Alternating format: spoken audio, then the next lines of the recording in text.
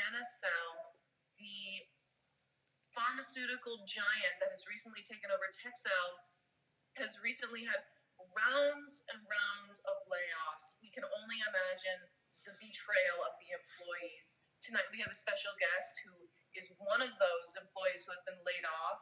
The CEO calls it a reduction of force, and he also calls it a merger of equals. But our story tonight is about that ugly feeling of betrayal. We have our guest. It seems to revolve around the guest and two central figures and an issue of counseling.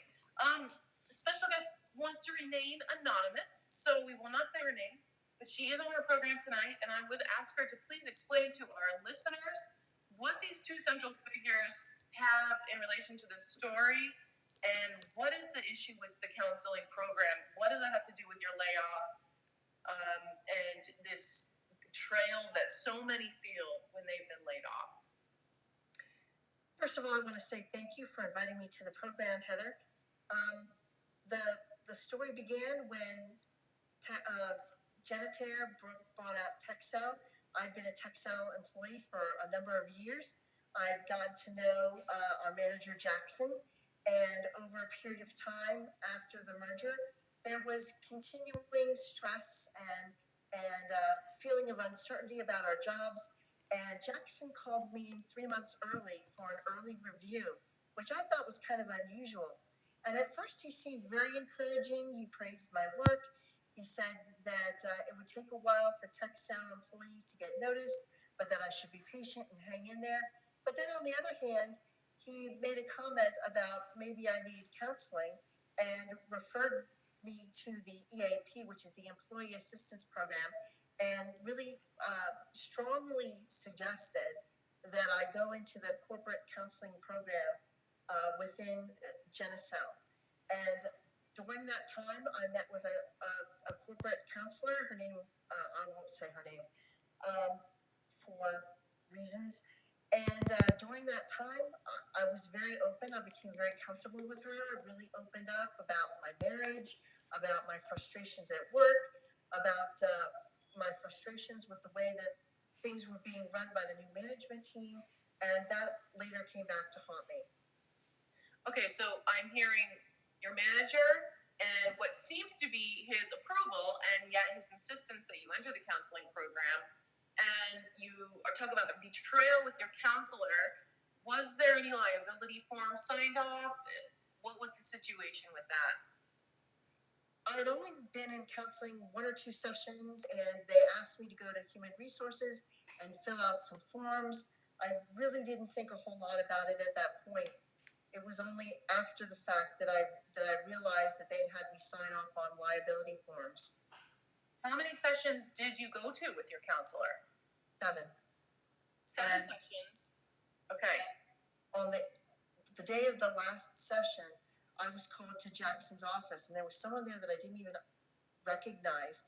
And Jackson said something about my position being a redundancy and that I was being eliminated. And it was during the transition out of the corporation that one of the other employees made a remark about comments I'd made about the management team, which is something that only the counselor would have known. I didn't say anything about that to anyone else. And I strongly believe that my counselor betrayed and gave up my information, my personal conversations to management and to the corporation. And that's what got me fired. What is the betrayal that you feel from your manager?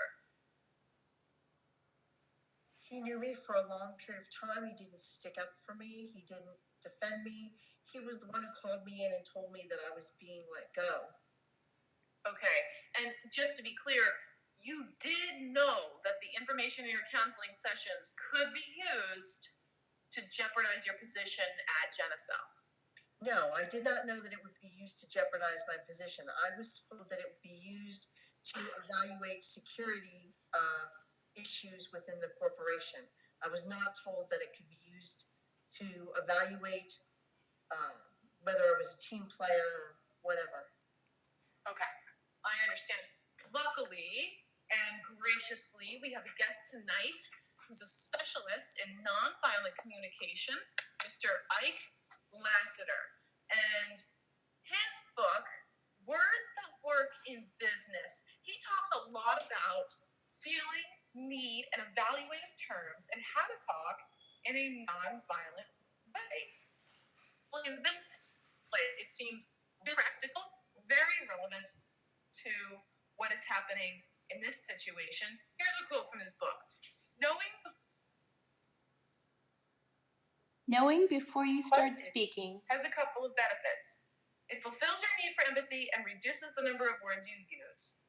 That's Words That Work in Business. Mr. Ike Lassiter, welcome to the program.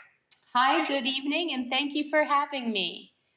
Yeah, can you please open us up with what these terms mean to you and a little bit about your work in nonviolent communication? Well, sure. In general, when we're in pain and our thoughts are a whirl, we are not able to empathize with others until our needs for empathy are met sufficiently. Therefore, the empathy is important first, our self-empathy. And it has a way of integrating nonviolent communication. Once we're connected with ourselves, we will be more interested and curious about connecting with other persons. So the different terms that you're mentioning, the evaluative terms, the feelings, and the needs, I think we can use our guest as an example of how to look at these different terms. So an evaluative word like betrayal really has a powerful feeling behind it.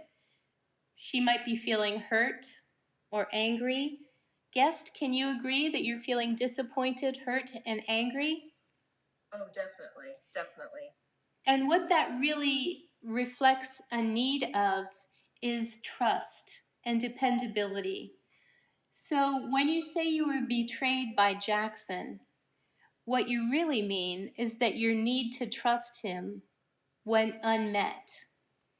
And that kind of takes the sting out of the situation when we look at it in an observation rather than a judgment kind of a way.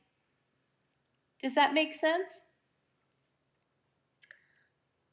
Yes, it does. It makes perfect sense. However, so it makes sense, but she still has the need, right? I mean, how does self-empathy relate to this need that she has?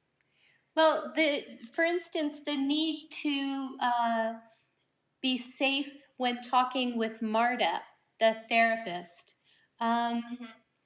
I think that she could have done a better job of being self-empathetic when she was with Marta. Marta made her feel comfortable immediately, and that was a feeling that our guest went with.